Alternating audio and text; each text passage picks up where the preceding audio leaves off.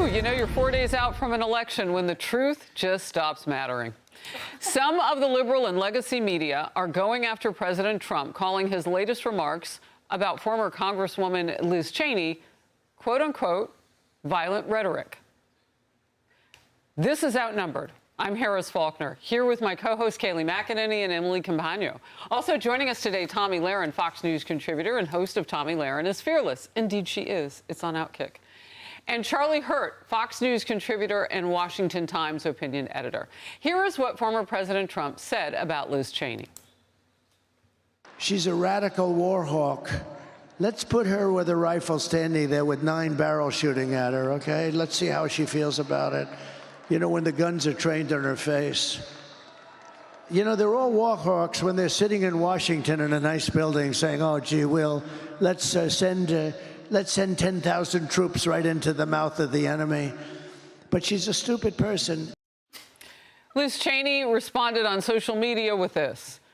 This is how dictators destroy free nations. They threaten those who speak against them with death. We cannot entrust our country and our freedom to a petty, vindictive, cruel, unstable man who wants to be a tyrant.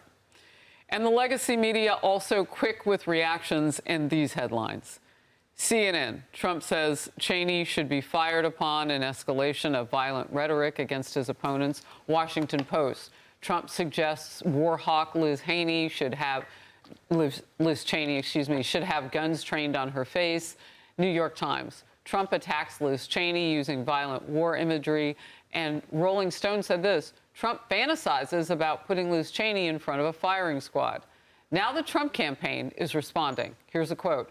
President Trump is 100% correct that warmongers like Liz Cheney are very quick to start wars and send other Americans to fight them rather than go into combat themselves.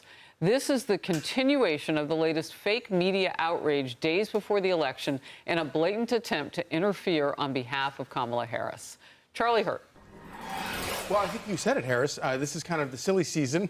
This is where the truth doesn't matter. It's an obvious distortion of what Donald Trump was saying. And you know, I think it's kind of interesting. He doesn't actually get credit for one of the most significant things he's done within the Republican Party, which is to drag the Republican Party from being the party of global intervention and wars into a party that believes in being very powerful and terrifying our enemies, but using power very judiciously. And obviously he was attacking her on those grounds. But I also think that at the same time, it's also not part of the campaign's closing argument is not Liz Cheney. The closing argument is the border and the economy. But, you know, Donald Trump doesn't do things the way normal campaigns do, and he's been very successful at that. But I wish we would just sort of talk about the, you know, economy and the border and crime. Or the gift that they got handed. Yes, and they were trying to change the subject. Democrats want to change the subject from the garbage comment to something else, and this is what came along. Yeah, he's created another shiny object. But regardless of all of that, they're blowing out of proportion his words if you just take the words versus the context of that. Absolutely, Harris. I want to have a word about the media, to your point exactly. Look, CNN at 11:18 a.m. had a chyron up, and this is what the chyron said. Liz Cheney slams Trump after he calls for her to be shot. Okay.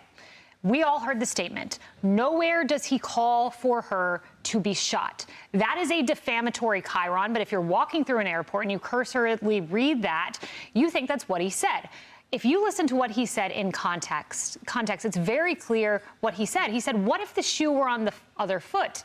And it wasn't us sending your boys and girls to war, but our politicians were going to war. How would they feel if their life was threatened? Would they take those decisions way more seriously? And it made total sense to me because this is at Donald Trump's core. If you know him, if you've observed him for 8 years, one of the cornerstones of his policy is something he said on Wednesday, and it stood out to me. He said Wednesday, they've sent our blood and treasure to fight in stupid foreign wars where the countries don't even know who we are and we've never heard of the countries.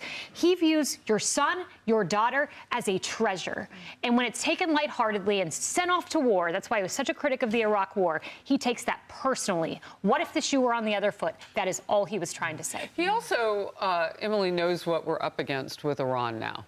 And Israel perched to do something with each other that could look like war. He knows that Russia just had North Korea put troops on the ground to help them fight against Ukraine, and they have kits and they're ready to go. Like, he knows all of that. So then the question becomes, you know, how much is he right about the fact that it would seem like the left is pretty disengaged from that military population? And I feel that way sometimes, having grown up brat. Right. Army brat, but sometimes just a brat. Exactly. And, you know, I felt that, to your point, Kayleigh, that his comments were coming with the nuance and the wisdom of a former president. This is someone who said, our blood and treasure does not occur without a human making the decision, a commander-in-chief, a Congress to approve the funding for that to happen. It was coming from, in my opinion, a position of appreciation of the depth of the import, of the weight of sending our troops to war, to combat, to deployment. And so the fact that, as always, the media chops it up, amputates it, distorts it, and then puts it, what can fit in the 120 characters on a chyron, to me, it's such a disservice to the American people and to a president that was actually speaking very, very crucially about the nuance, about the weight of those decisions, and about the humanity required to make those decisions. But as always, they're grasping, yes, for the shiny object. Let's get the turn out of the garbage, trying to save themselves, trying to demonize him yet again. But if you just give it more than 10 seconds, more than a glance at a screen, you're going to see that it was actually full of totally poignant, important perspective. You know, Tommy, it has been a criticism of people on the left, leadership on the left, that they reflexively get us deeper into wars. I mean, look at Joe Biden and Kamala Harris's watch for the last 3.5, nearly 4 years.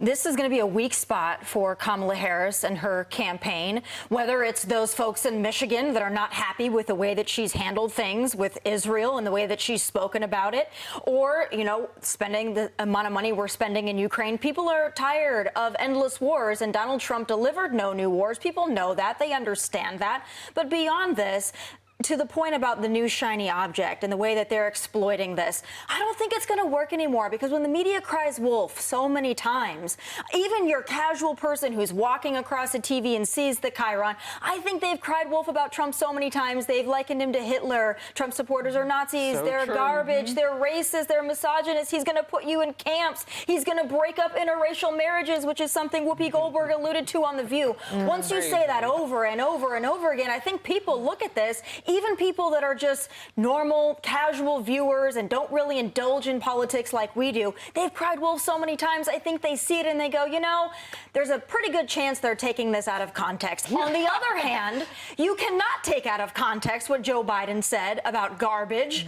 That lives, and even we're going to talk about it later, even though they tried to mess with the transcript, that is what it is. They did mess with the transcript. They Mark didn't just Cuban try. calling the women around Trump weak and dumb. You really can't take those comments out of context, and even when they try to clarify them, it doesn't look any better. So I think you cry wolf this many times, people don't believe you anymore. And you really can't take out of context their record. Just look at the record. Right. Yeah. On all of it. Speaks for itself. Yeah. Hey everyone, I'm Emily Campagno. Catch me and my co-hosts Harris Faulkner and Kayleigh McEnany on Outnumbered every weekday at 12 p.m. Eastern, or set your DVR. Also, don't forget to subscribe to the Fox News YouTube page for daily highlights.